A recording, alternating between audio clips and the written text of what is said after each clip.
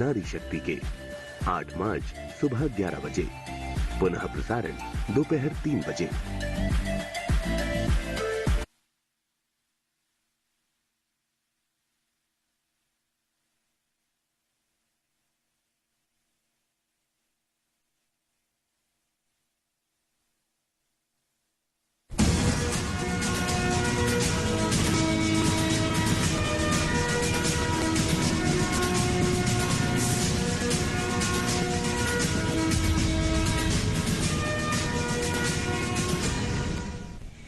नमस्कार, किसान समाचार में आपका स्वागत है। मैं हूं सलमा खान। सबसे पहले नजर हेडलाइंस पर। केंद्रीय कृषि मंत्री नरेंद्र सिंह तोमर ने भारतीय कृषि अनुसंधान संस्थान द्वारा आयोजित 3 दिवसीय पूसा कृषि विज्ञान मेले का किया शुभारंभ। कहा कि देश में खाद्यान्न और बागवानी क्षेत्रों में भरपूर हो रहा है उत्पादन। श्री अन्न को प्रतिष्ठा प्रदान कर छोटे किसानों की ताकत बढ़ाना प्रधानमंत्री मोदी का उद्देश्य।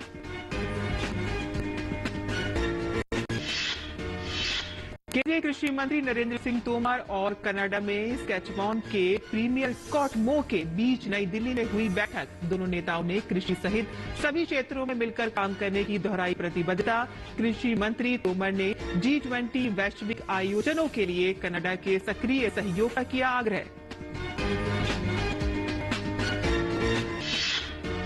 ICAR और राज्य सरकारों के प्रतिनिधियों के साथ आयोजित एक बैठक की केंद्रीय कृषि सचिव और उर्वरक विभाग के सचिव ने की सह अध्यक्षता। राज्यों को सलाह, नैनो उर्वरकों और जैव उर्वरकों के उपयोग को करें प्रोत्साहित। केंद्रीय मंत्री पुरुषोत्तम रुपाला ने जम्मू और कश्मीर के रणवीर बाग में दमे हुए ब्री स्टेशन की रखी आधारशिला। दमे हुए ब्री स्टेशन कश्मीर को उच्च गुणवत्ता और रोग मुक्त जर्म प्लाज्म के उत्पादन में आत्मनिर्भर बनाने में करेगा सक्षम। राष्ट्रीय गोकुल मिशन योजना के तहत 2163.57 लाख रुपए की राशि स्वीकृत।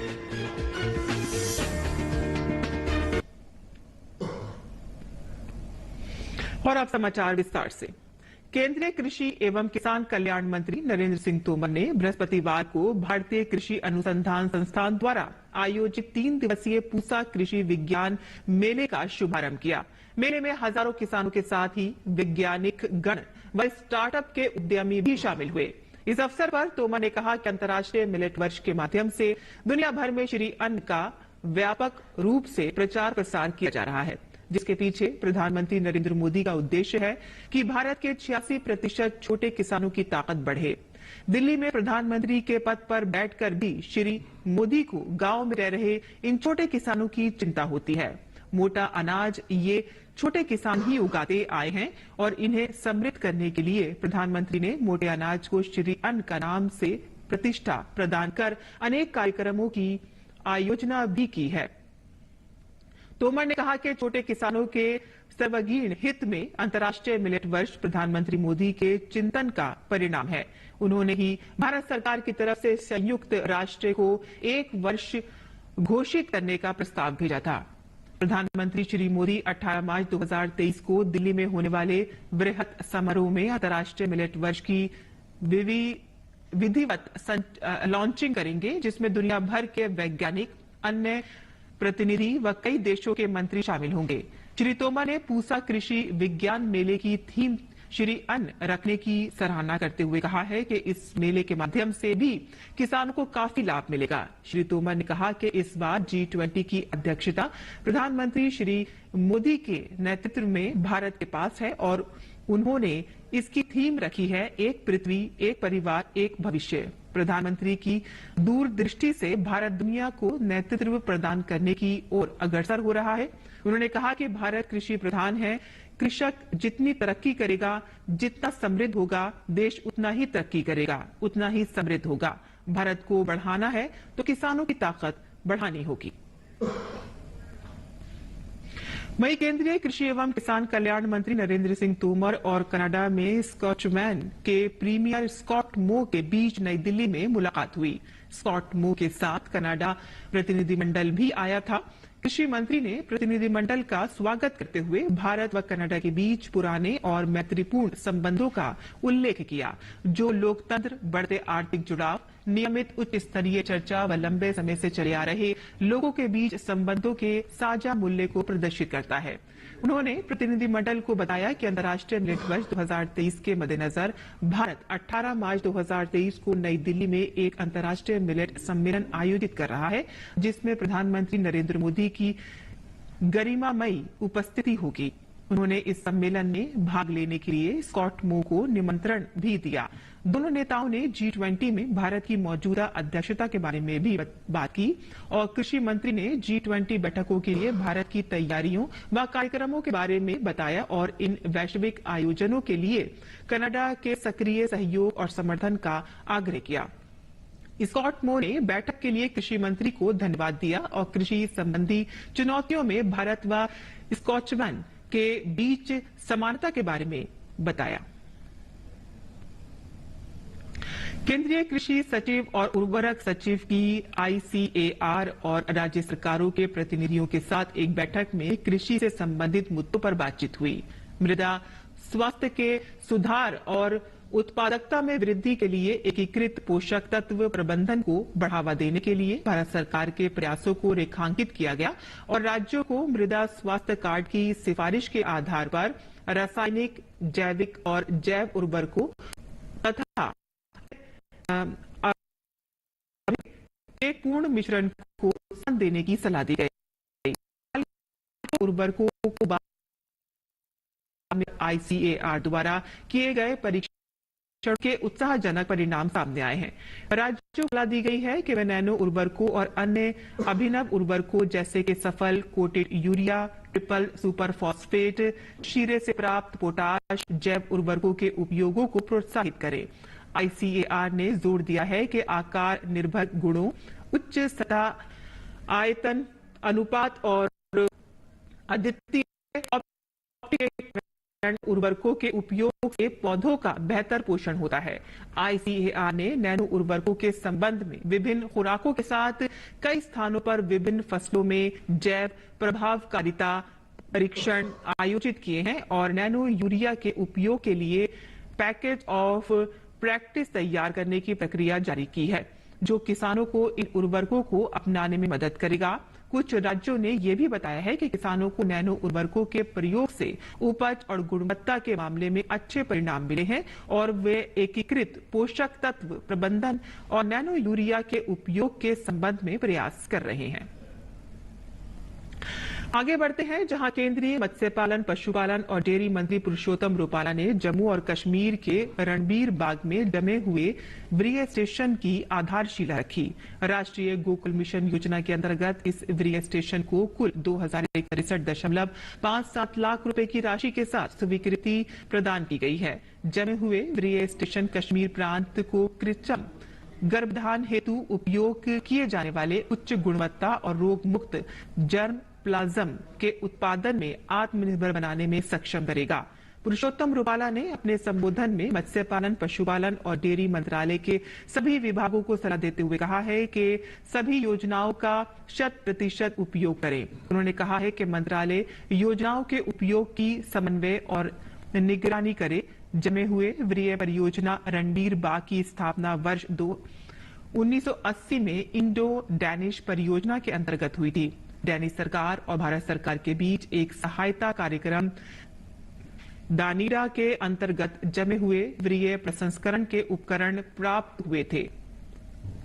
परियोजना को वर्ष 1982 में क्रायो संरक्षित व्रिय को संसाधित करने के लिए शुरू किया गया था और जमे हुए व्रिय परियोजना रणबीर बाग पशुधन विकास बोर्ड कश्मीर, मुख्य रूप से केंद्र शासित प्रदेश जम्मू और कश्मीर के कश्मीर प्रांत में मवेशियों के कृत्रिम गर्भधान में उपयोग की जाने वाली जमे हुए व्रिय खुराक के उत्पादन में लगी हुई है। ये स्टेशन घरेलू चारा का उत्पादन करने के साथ साथ लगभग 300 कनाल भूमि में फैला हुआ है। ये स्टेशन केंद्र शासित प्रदेश के गांधरबल जिले में हरमुख पर्वत श्रृंखला की तलहटी में स्थित है और जैव सुरक्षा के प्राकृतिक संसाधनों से संपन्न है। बिहार के भोजपुर जिले में आरा में खाद्य प्रसंस्करण एवं उद्योग मंत्रालय और चैम्बर ऑफ कॉमर्स के सहयोग से मोटे अनाज बाजरा को बढ़ावा देने के लिए सम्मेलन सह प्रदर्शनी का आयोजन किया गया। इस मौके पर केंद्रीय खाद्य प्रसंस्करण मंत्री पशुपति कुमार पारस ने कहा कि प्रदेश में बाजरा के उपज को बढ़ावा देना होगा, जिससे भारतीय बाजरा दुनिया में मानचित्र पर आ जाए। शायद यहाँ बहुत से हमारे किसान भाई या बहुत से लोग नहीं जानते हैं मिलेट्स क्या है। मोटा मोटी देहाती भाषा में कह रहा हूँ कि जो मोटा अनाज पहले हुआ करता था, आज से 60-70 वर्ष पहले गांव में, खास करके भोजपुर जिला में और पूरे बिहार में बहुत सा जिला है जहाँ मोटा अनाज खेती होती थी। हम लोग के गाँव में भी होता था, जैसे सामा है, कौनी है, मरुआ है, बहुत सा ऐसा है जो उसके खाने से भी काफी फायदा होता था लोगों को। लेकिन धीरे धीरे वो हमारे देश से, खासकर हमारे बिहार से वो समाप्त हो गया। पुनः स्वास्थ्य दृष्टिकोण से भी वो बहुत ही लाभदायक है। इसलिए भारत सरकार, खास करके माननीय प्रधानमंत्री जी का एक विशेष अनुरोध है, इच्छा है कि मिलेट्स का भी अपने देश में प्रचार प्रसार किया। और बिहार के भोजपुर में 28 फरवरी से 1 मार्च तक 2 दिवसीय मिलेट महोत्सव का आयोजन किया गया। इस कार्यक्रम का उद्घाटन केंद्रीय खाद्य प्रसंस्करण उद्योग मंत्री पशुपति कुमार पारस ने किया। अपने एक ट्वीट में केंद्रीय मंत्री पशुपति कुमार पारस ने इस बात की जानकारी दी और कहा कि मिलेट महोत्सव कार्यक्रम के अवसर पर लगाई गई प्रदर्शनी का दौरा कर प्रदर्शित उत्पादों के बारे में विस्तृत जानकारी ली। इस पर प्रधानमंत्री नरेंद्र मोदी ने उनके ट्वीट पर प्रतिक्रिया देते हुए कहा कि भोजपुर का मिलेट महोत्सव श्री अन्न के प्रति लोगों की जागरूकता तो बढ़ाएगा ही और साथ ही इसे खान पान में भी शामिल करने के लिए प्रेरित करेगा।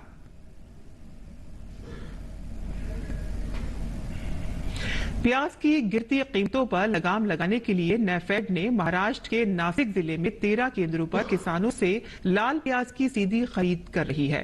केंद्र सरकार ने 22 फरवरी को सरकारी एजेंसी नेफेड को किसानों से सीधे प्याज खरीदने के निर्देश दिए थे और अब तक 1327 मीट्रिक टन से अधिक प्याज की खरीद हो चुकी है।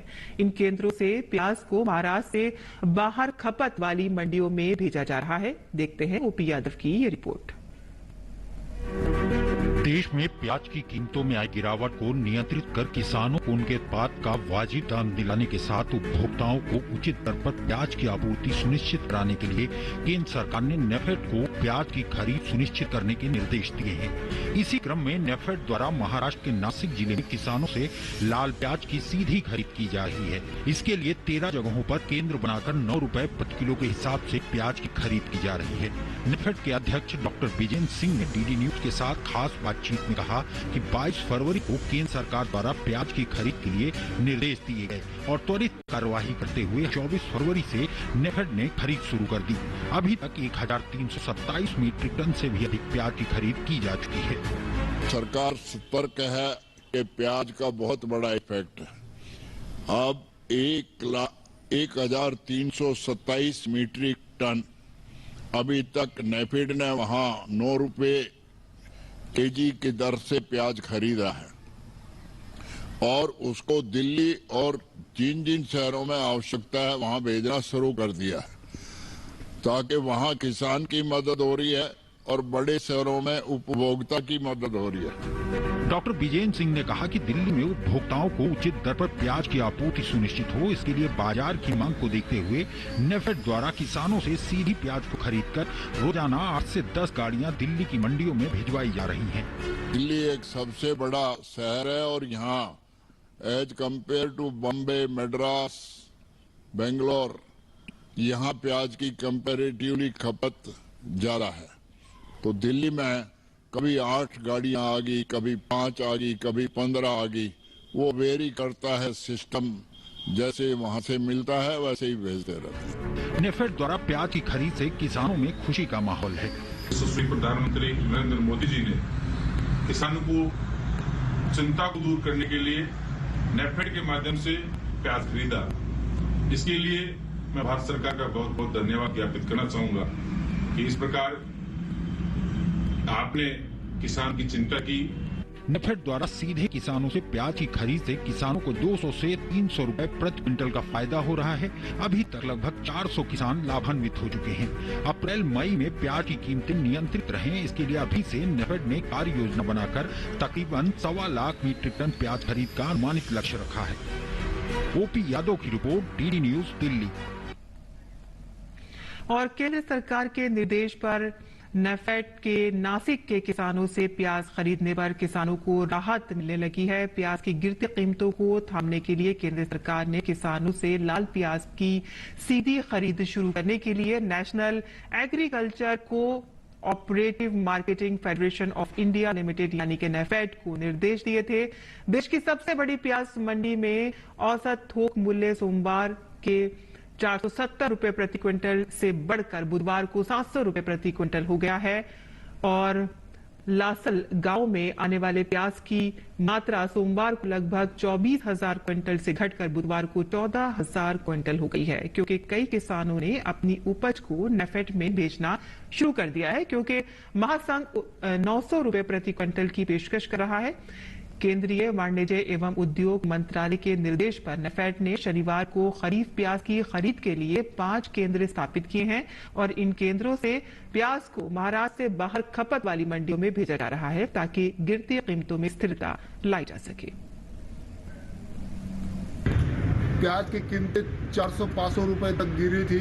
इसी में गवर्नमेंट ने जो उपभोक्ता मंत्रालय ने नाफेड को जो खरीदी करने बोला है, वो खरीदी की वजह से 200 टन मीट्रिक टन का जो खरीदी बढ़ गया। इसकी वजह से किसान को 2-3 रुपए से और कीमत ज़्यादा मिल गई। इससे थोड़ा बहुत उनका नुकसान भी कम हुआ। हम किसान और उनकी खरीदी की और उनका जो एमएसपी की दर से खरीद करने की हम मांग रखते हैं और ऐसा ही नाफेड का काम अच्छा ही चलना चाहिए। पिछले कुछ दिनों से प्याज ज्यादा होने से प्याज की कीमतों में बहुत गिरावट आई थी, लेकिन अब केंद्र सरकार के माध्यम से हमारे यहाँ भारती ताई पवार ने नेफेड के माध्यम से प्याज की खरीदारी शुरू की है। उनसे किसानों को राहत मिल रही है। अभी इस वक्त 8 केंद्रों में 950 मीट्रिक टन प्याज खरीदी हो रहा है। नेफेड ने आज से अप्रैल करके जो प्याज खरीदी किया है उससे किसानों का फायदा हो रहा है और उन्होंने ज्यादा से ज्यादा प्याज खरीदी कर किसानों का फायदा करना चाहिए और ये प्याजों की कीमतें बढ़ानी चाहिए। और विश्व वन्य जीव दिवस आज है। वन्य जीवों के प्रति जागरूकता फैलाने के लिए हर साल 3 मार्च का दिन वन्य जीव दिवस के रूप में मनाया जाता है। वन्य जीव से हमें भोजन तथा औषधियों के अलावा भी अनेक प्रकार के फायदे मिलते हैं। इसके अलावा वन्य जीव जलवायु को संतुलित रखने में भी सहायता करते हैं। दुनिया भर से लुप्त हो रहे वनस्पतियों और जंगली जीव जंतुओं की प्रजातियों के प्रति जागरूकता फैलाना भी इसका मकसद है। 3 मार्च 2014 को पहली बार विश्व वन्य जीव दिवस मनाया गया था। दुनिया भर में जीव जंतुओं और वनस्पतियों की अनेक प्रजातियां धीरे धीरे लुप्त होती जा रही हैं। भारत में इस समय 900 से भी ज्यादा जीवों की प्रजातियां खतरे में हैं। समय रहते इस ओर ध्यान न दिया गया तो स्थिति और भी खतरनाक हो सकती है। संयुक्त राष्ट्र महासभा ने 20 दिसंबर 2013 को अपने 68वें अधिवेशन में वन्य जीवों की सुरक्षा के प्रति लोगों को जागरूक करने एवं वनस्पति के विलुप्त प्राय प्रजाति के प्रति जागरूकता बढ़ाने के लिए 3 मार्च को हर साल विश्व वन्य जीव दिवस मनाने की घोषणा की थी। वन्य जीवों को विलुप्त होने से रोकने के लिए सबसे पहले साल 1872 में वाइल्ड एलिफेंट प्रिजर्वेशन एक्ट पारित हुआ था। और केंद्रीय कृषि एवं किसान कल्याण मंत्री नरेंद्र सिंह तोमर विश्व वन्य जीव दिवस पर ट्वीट किया है। अपने ट्वीट में उन्होंने लिखा कि विश्व वन्य जीव दिवस वन्य जीव प्रकृति का अभिन्न अंग है और इसकी सुरक्षा और संरक्षण दोनों ही जरूरी हैं।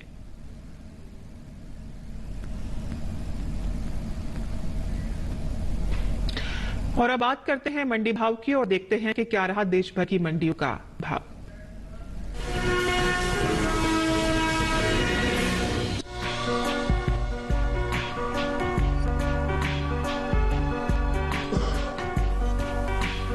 कृषि उपज मंडियों में इन दिनों गेहूं की आवक सामान्य बनी हुई है। भाव पर नजर डालें तो राजकोट और बेगू मंडी में गेहूं के सौदे मजबूती के साथ हुए।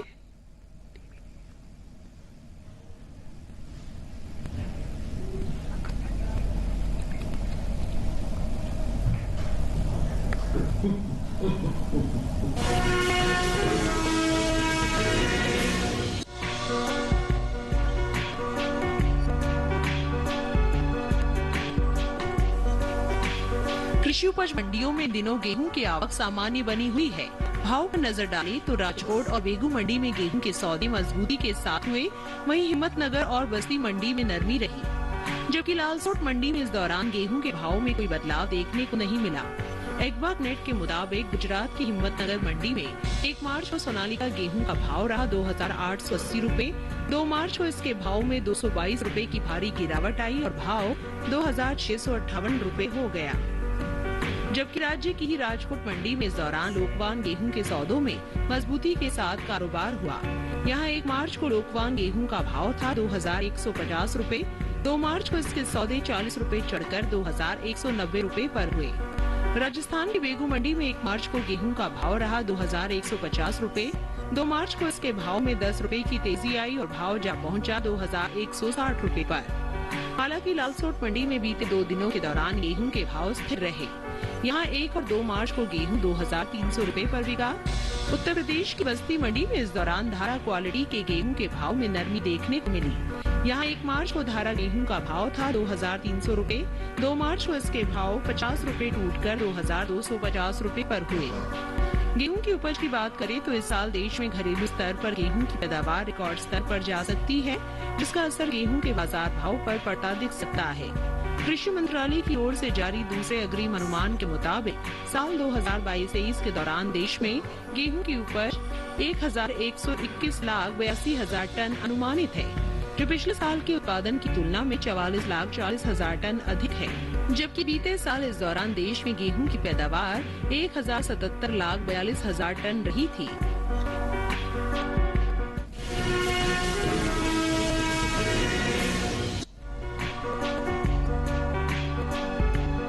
गुरुवार को ज्यादातर कृषि उपज मंडियों में सरसों के सौदों में उठापटक के साथ कारोबार हुआ। आवक की बात करें तो इन दिनों सरसों की आवक कृषि उपज मंडियों में सामान्य बनी हुई है। एग्बाक नेट के मुताबिक गुजरात की राजकोट मंडी में 1 मार्च को सरसों का भाव था 4,700 रूपए। 2 मार्च को इसके भाव में कोई बदलाव नहीं हुआ और भाव 4,700 रूपए पर बरकरार रहा। राजस्थान की कोटा मंडी में इस दौरान सरसों के सौदों में नरमी के साथ कारोबार हुआ। यहाँ 1 मार्च को सरसों का भाव रहा 5,050 रूपए। 2 मार्च को इसके सौदे 50 रूपए लुढ़क कर 5,000 रूपए पर हुए। राज्य की ही लालसोट मंडी में 1 मार्च को सरसों का भाव था 5,251 रूपए। 2 मार्च को इसके भाव में 49 रूपए की तेजी आई और भाव 5,300 रूपए पर जा पहुंचा। उत्तर प्रदेश की अलीगढ़ मंडी में 1 मार्च को सरसों का भाव रहा 5,100 रूपए। 2 मार्च को इसके सौदों में 50 रूपए की मजबूती आई और भाव 5,150 रूपए हो गया। हालांकि लखनऊ मंडी में बीते 2 दिनों के दौरान सरसों के भाव स्थिर रहे। यहाँ 1 और 2 मार्च को सरसों 6,260 की।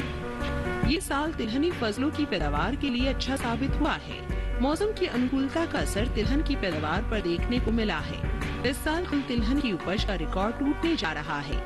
कृषि मंत्रालय की ओर से जारी दूसरे अग्रिम अनुमान के मुताबिक देश में घरेलू स्तर पर कुल तिलहन की पैदावार रिकॉर्ड स्तर पर पहुंच गई है। साल 2022-23 के दौरान कुल तिलहन की पैदावार 400,01,000 टन होने का अनुमान है, जो पिछले वर्ष के तिलहन उत्पादन की तुलना में 20,38,000 टन अधिक है। जबकि बीते साल इस दौरान कुल तिलहन की उपज 379,63,000 टन रही थी। वहीं बात सरसों की करें तो इस साल देश में रिकॉर्ड सरसों की पैदावार अनुमानित है। कृषि मंत्रालय के मुताबिक साल 2022-23 के दौरान 128,18,000 टन सरसों पैदा होने का अनुमान है, जो पिछले सीजन की पैदावार 119,63,000 टन से 8,55,000 टन अधिक है।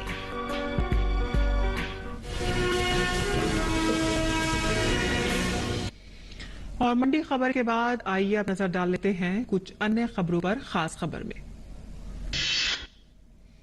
प्रधानमंत्री नरेंद्र मोदी लगातार बजट उपरांत वेबिनारों को संबोधित कर रहे हैं और इसी कड़ी में प्रधानमंत्री ने वीडियो कॉन्फ्रेंसिंग के माध्यम से मिशन मोड में पर्यटन का विकास विषय पर आयोजित वेबिनार को संबोधित किया। वेबिनार को संबोधित करते हुए प्रधानमंत्री ने कहा कि भारत के प्रति बढ़ते आकर्षण के बीच विदेशी सैलानियों का भारत आना लगातार बढ़ रहा है। उन्होंने कहा कि हमें विदेशों से आने वाले यात्रियों पर खास ध्यान देना होगा।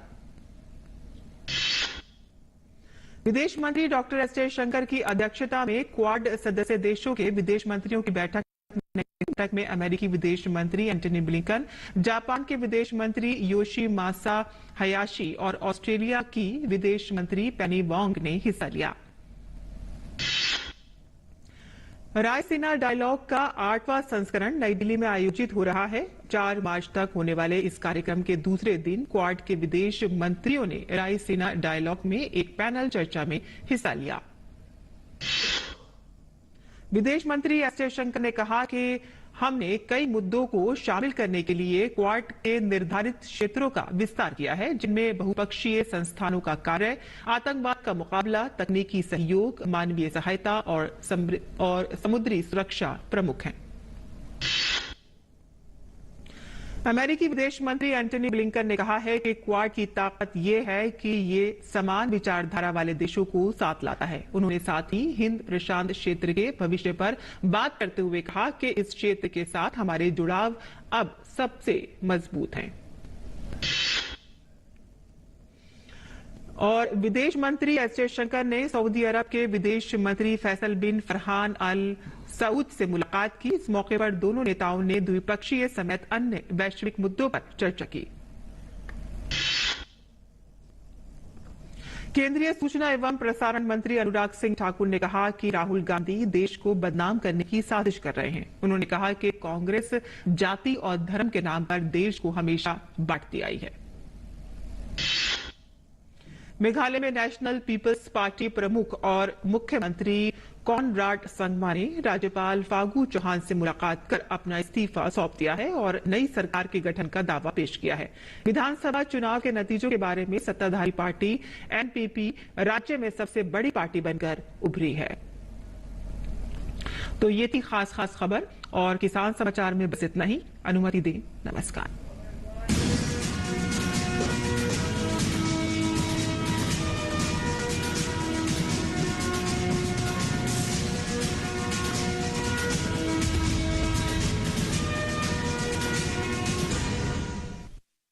होली है, होली की बहुत बहुत मुबारक हो।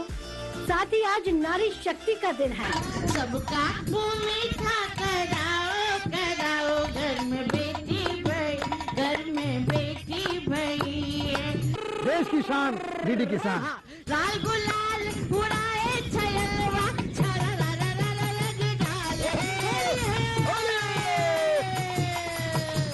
अपनी कविताओं में किसी को पूजा है, वो इस देश के सैनिक हैं। तेरे सने की बजी है बसुरिया, फिर नाचने लगी है गुजरिया। होरी खेलन आयो नंदलाल, मोते बरसाने में प्यारी। देखिए रंग नारी शक्ति के 8 मार्च सुबह 11 बजे, पुनः प्रसारण दोपहर 3 बजे।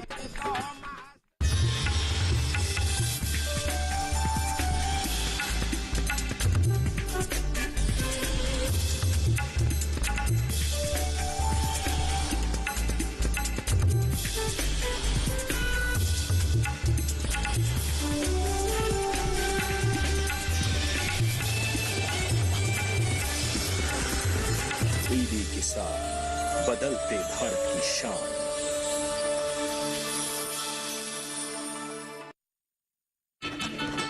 फूल वाला, केटरिंग वाला, बैंड वाला, ये लो भाई। बैंड बजेगी पापा, अगर गड़बड़ हुई तो गए पैसे। अरे नहीं रे, बैंक संभाल ले। कैसे? मैंने पॉजिटिव पे सिस्टम पे रजिस्टर किया है। बैंक को चेक्स और बेनिफिशियरीज की जानकारी दे दी है। बैंक चेक करेगा, जांच करेगा, डिटेल्स मैच नहीं तो क्लियरेंस नहीं। अच्छा, लाइए मुझे दीजिए। फोटो वाला, लाइट वाला, मंडप वाला। आरबीआई कहता है जानकार बनिए, सतर्क रहिए। बिल्कुल सही कह रहे हैं।